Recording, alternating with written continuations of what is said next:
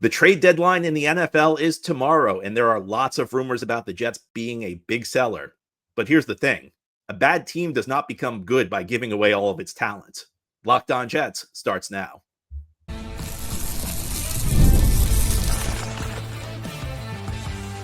You are Locked On Jets, your daily New York Jets podcast. Part of the Locked On Podcast Network, your team every day.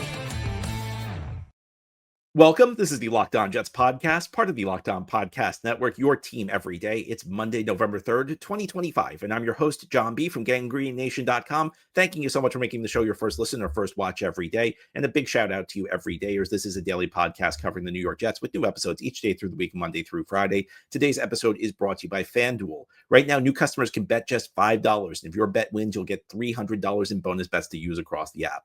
Well, today's show, we are talking about the NFL trade deadline. There are lots of rumors about the Jets and what they may do before 4 p.m. Eastern tomorrow afternoon, which is the trade deadline in the NFL. On today's show, we're going to talk about the price it should take for the Jets to trade certain players. We'll talk about a handful of players the Jets should actively be looking to shop. But we're going to begin the show by talking about why the Jets should not be huge sellers at the trade deadline. And when you're 1-7, I think it's natural to assume that a team is going to be a seller at the trade deadline, particularly when you have a number of players who could bring back some sort of compensation in return. But that's different from saying the New York Jets should be a team selling off all of its parts. I do not think that's the case. We talked about this a little bit on Friday, but I'd like to go more depth into it and with more depth today. I compare the current Jets team to where the Jets were a year ago in 2024 at the trade deadline. Now, that was a team that I think was set up to be a big seller. That was a team that should have been a big seller.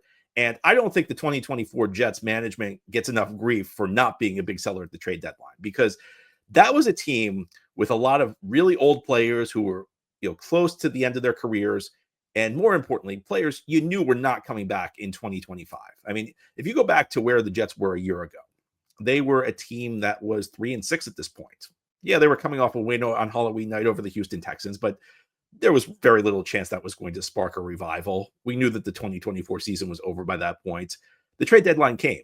The Jets held on to Morgan Moses. They held on to Tyron Smith. They held on to Hassan Reddick, and they held on to Devonte Adams. And these were four players that, for various reasons, we knew were not going to return to the team in 2025.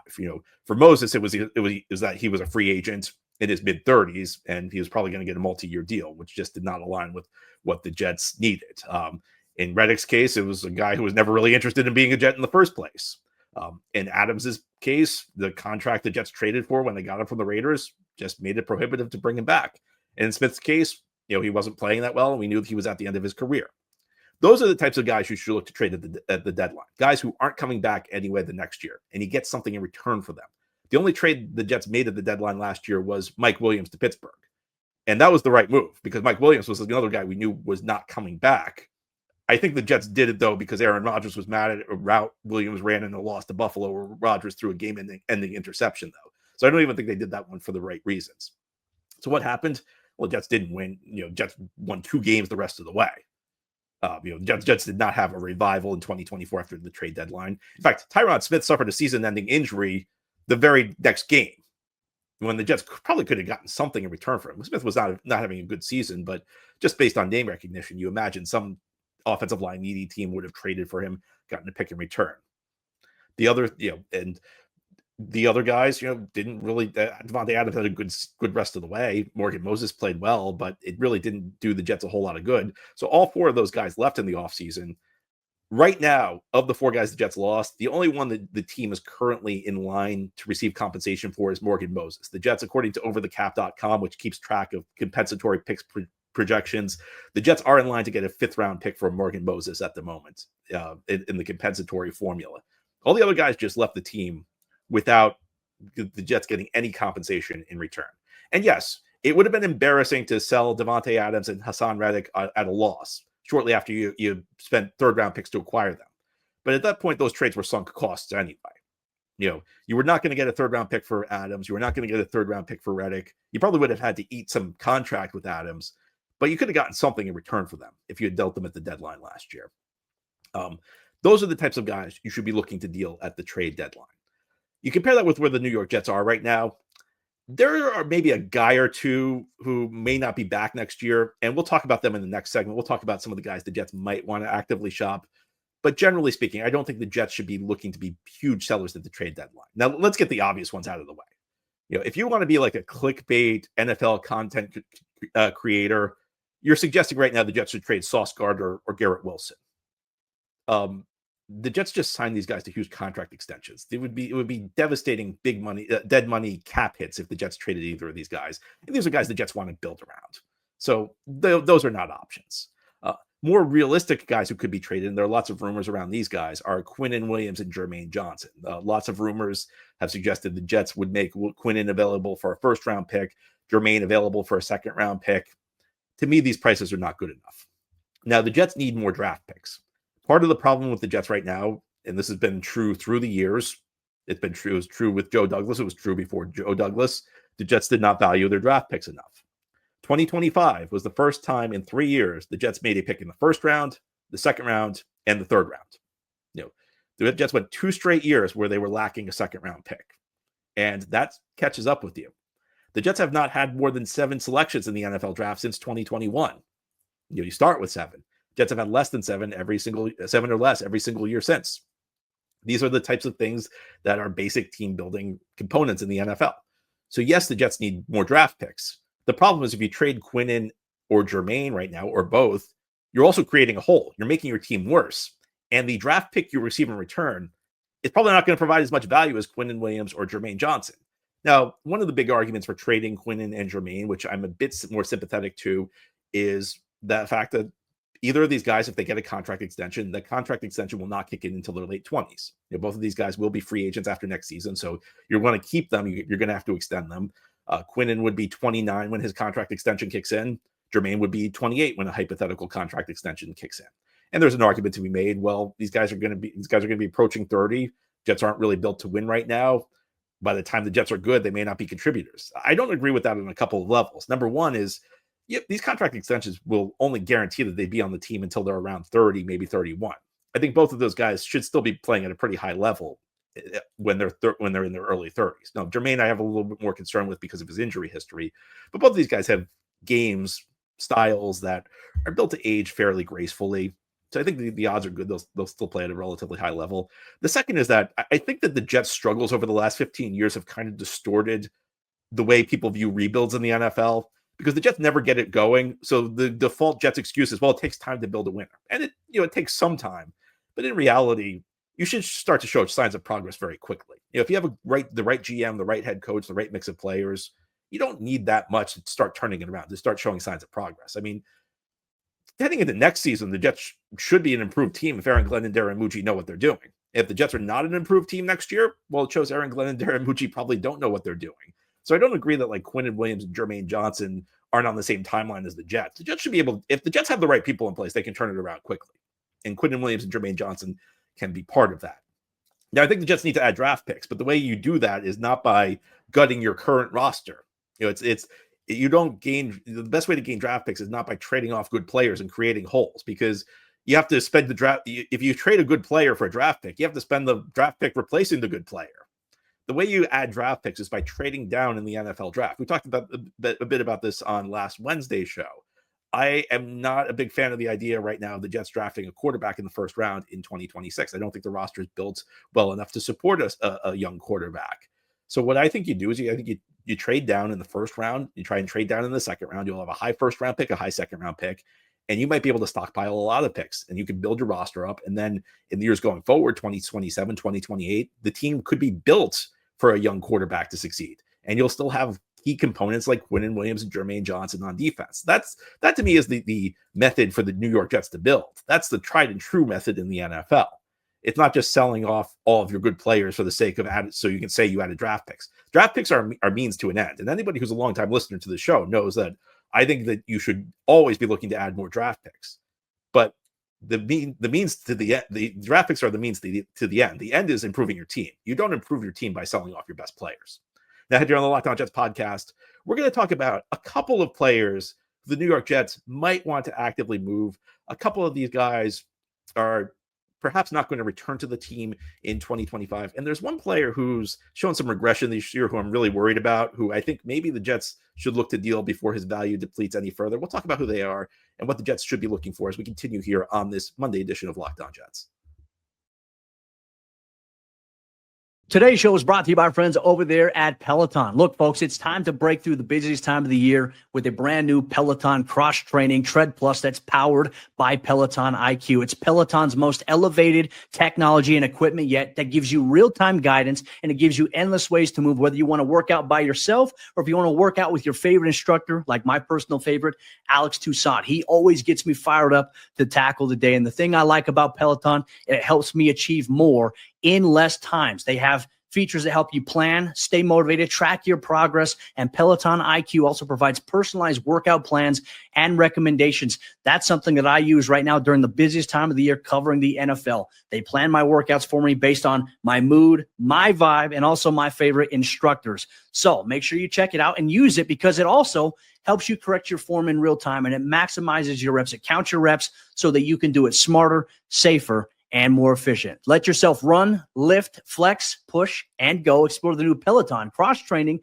Tread Plus at onepeloton.com. Today's episode of Locked On Jets is brought to you by Supply House. When the opening whistle blows on a new repair, get your crew moving forward with Supply House. Order today and see parts on your doorstep tomorrow with over 280,000 plumbing, HVAC, and electrical items from the most trusted brands in the business. Their real-time inventory and honest lead times keep you from punting projects, while the industry-leading customer service always has your blind side covered.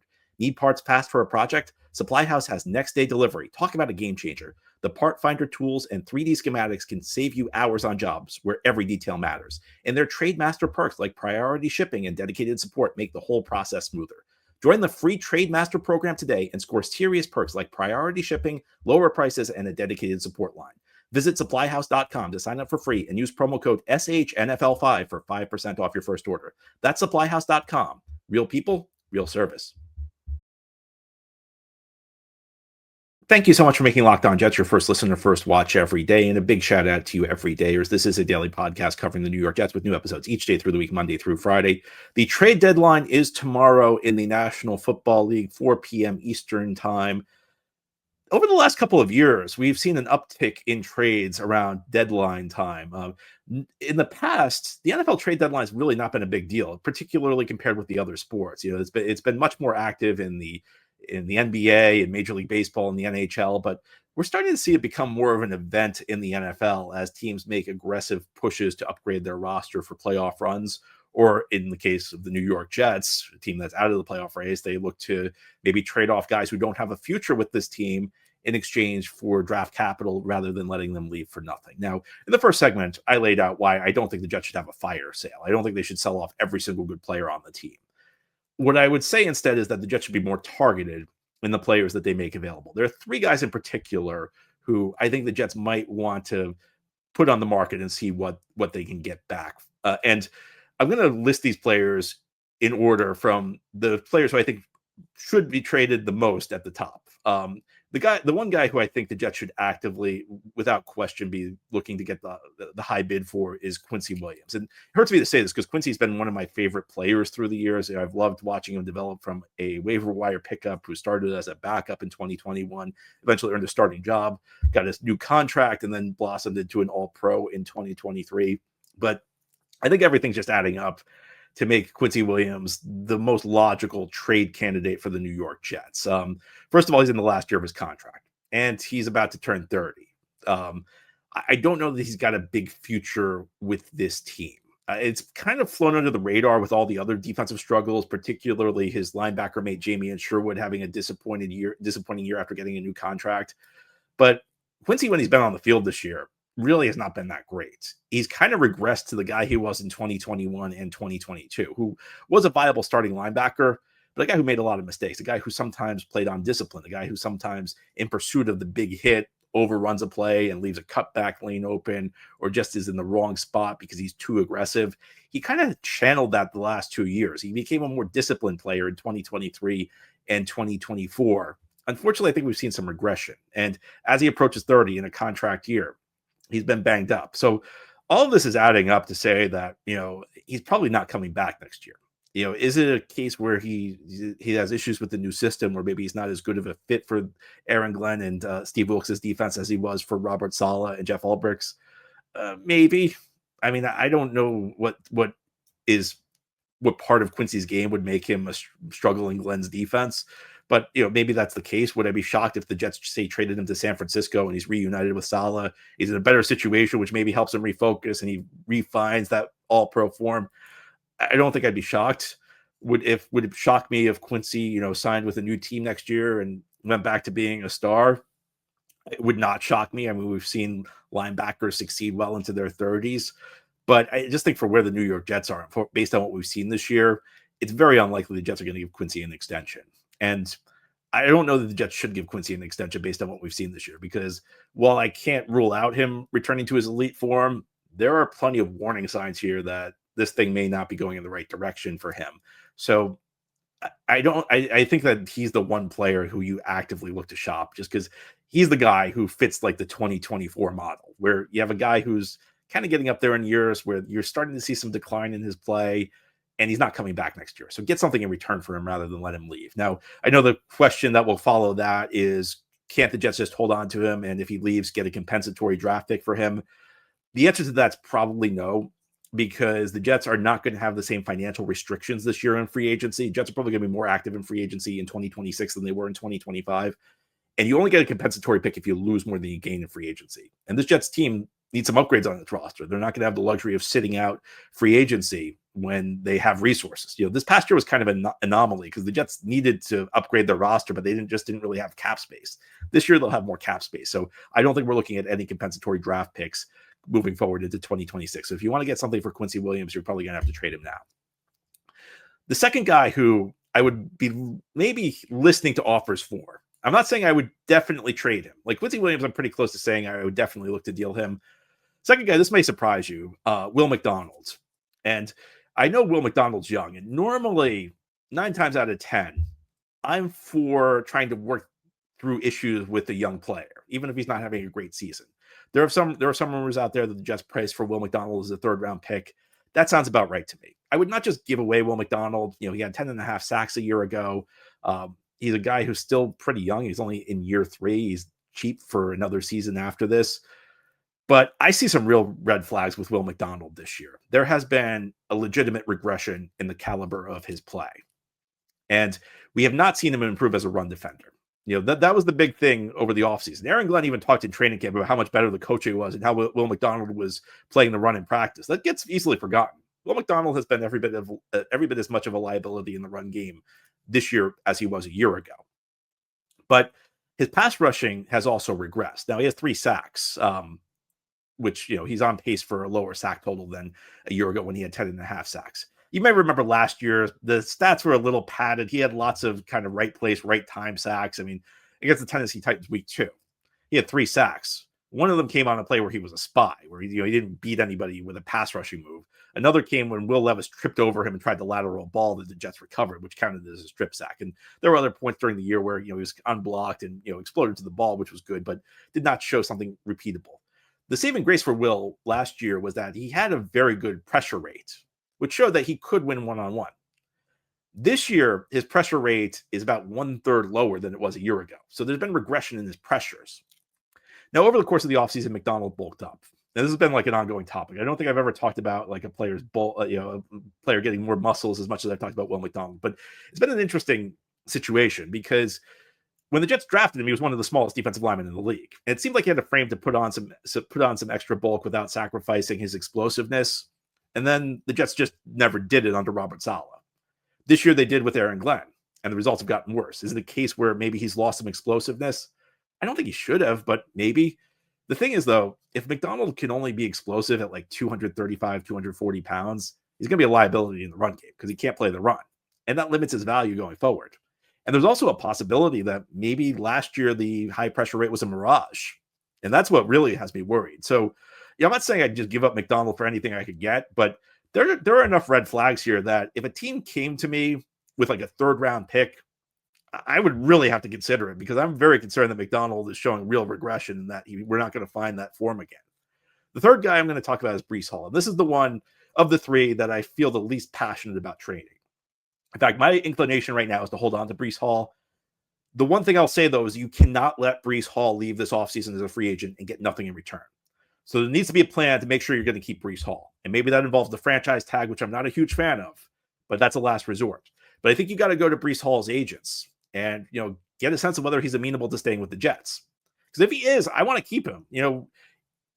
Despite what I want at quarterback, I know the Jets are probably taking a quarterback in the first round. And if you're distressed by hearing me say, I don't want the Jets to take a quarterback, put your mind at ease. The Jets never do what I want to do. If I want the Jets to do something, it's a guarantee they're going to do the opposite. So Jets will probably take a quarterback this offseason. If they're going to do that, you'll want a running back like Breece Hall around. You want an explosive guy, a guy who can catch the ball in the backfield. A guy can be a security blanket for a young quarterback. And Breece is having a good season. Is Breece ever going to be the top 5 back? The Jonathan Taylor kind of guy, the guy who takes over games, guy you can build your offense around? I don't know. But he's a quality player, and we need more quality players on this offense. And as long as Breece's contract demands aren't crazy, and as long as he's amenable to staying here, and that's a question because, he's been through a lot of losing here. So maybe he wants to leave.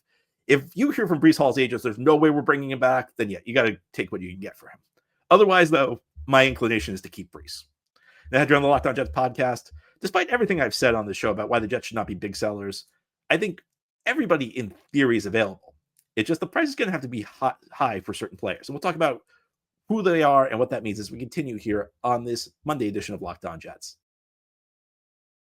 Today's episode of Locked On Jets is brought to you by FanDuel. The NBA is back, and there's no better place to get in on the action than FanDuel, the official sports betting partner of the NBA. Even if you miss the start of the game or want to ride the hot hand, FanDuel has live bets on everything from who will score next to fourth quarter comebacks. Plus, you can even combine your live bets into a same-game parlay for a shot at a bigger payout. It keeps every game exciting, especially when your team's making that late push. Of course, FanDuel also has options for you with the NFL.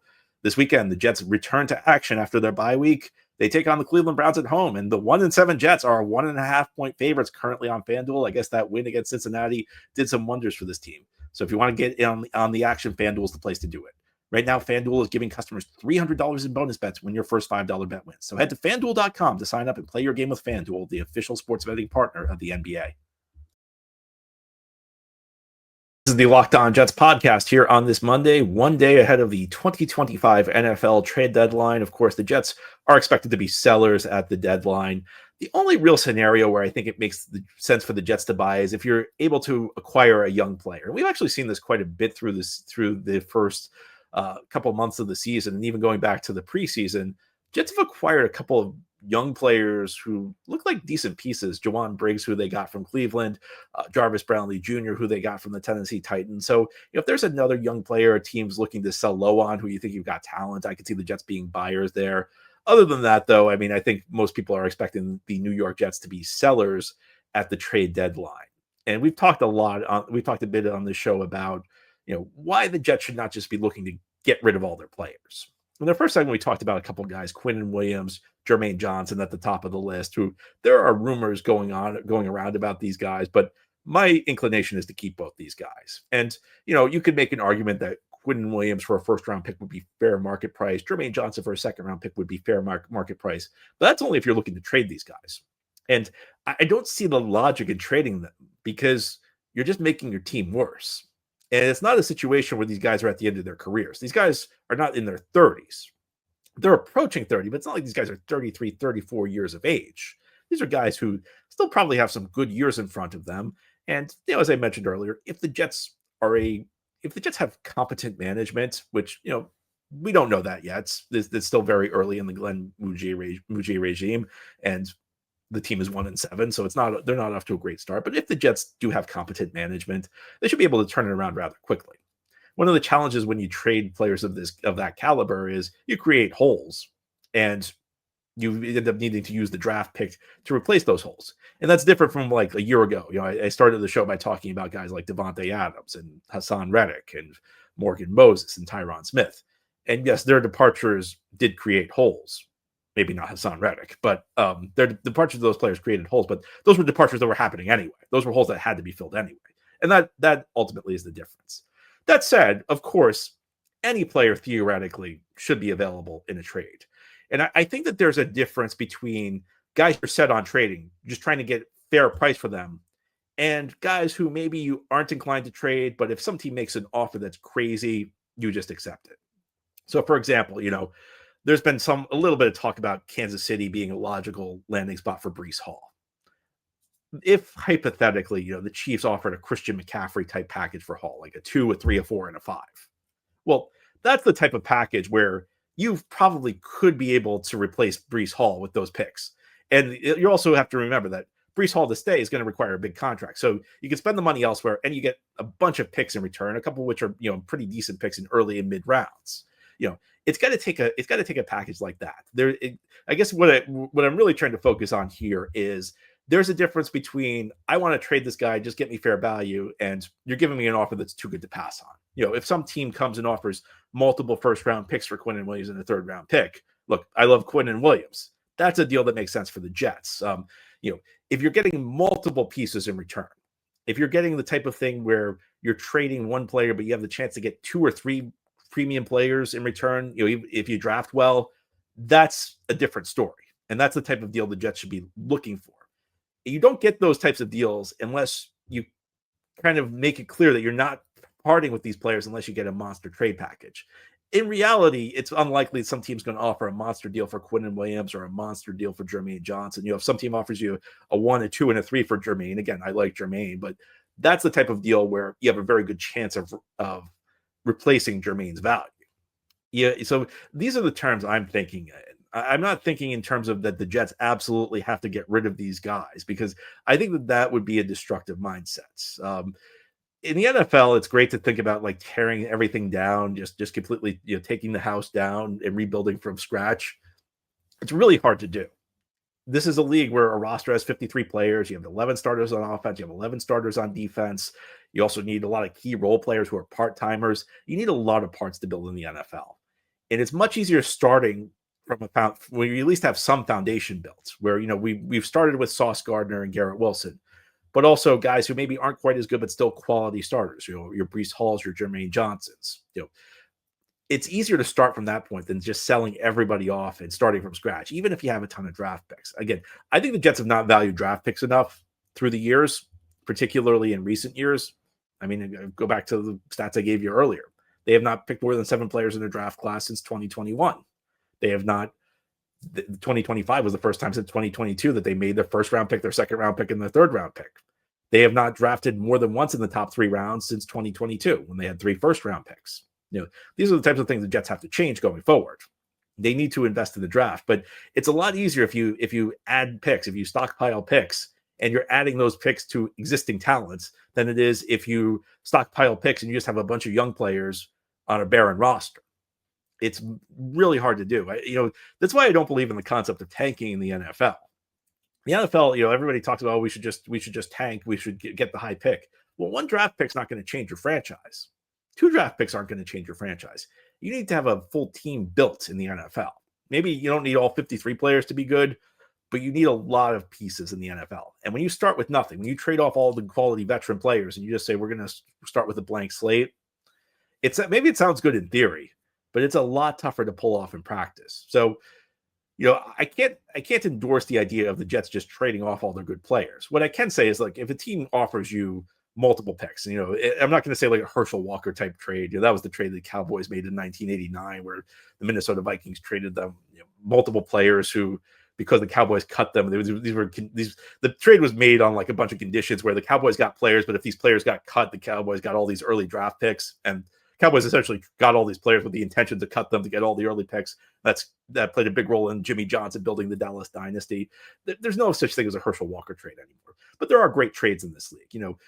Back in 2020, the Jets were having all those issues with Jamal Adams, and even despite all the issues the Jets were having with Jamal Adams, my inclination was not that the team should trade him. Then Seattle came along with a crazy offer. Seattle offered 2 first-round picks and a third-round pick, and that's the point where it just makes sense to trade a player. There's always a price where it makes sense to trade a guy. But for guys like Quinnen Williams in particular, to a lesser extent Jermaine Johnson, I'd even say with Breece Hall, assuming he's willing to stay, if some team offers you a deal where it's crazy, you take it. It reminds me of Laramie Tunsil, who was he was a first round pick many years ago by the Miami Dolphins. He got traded to Houston.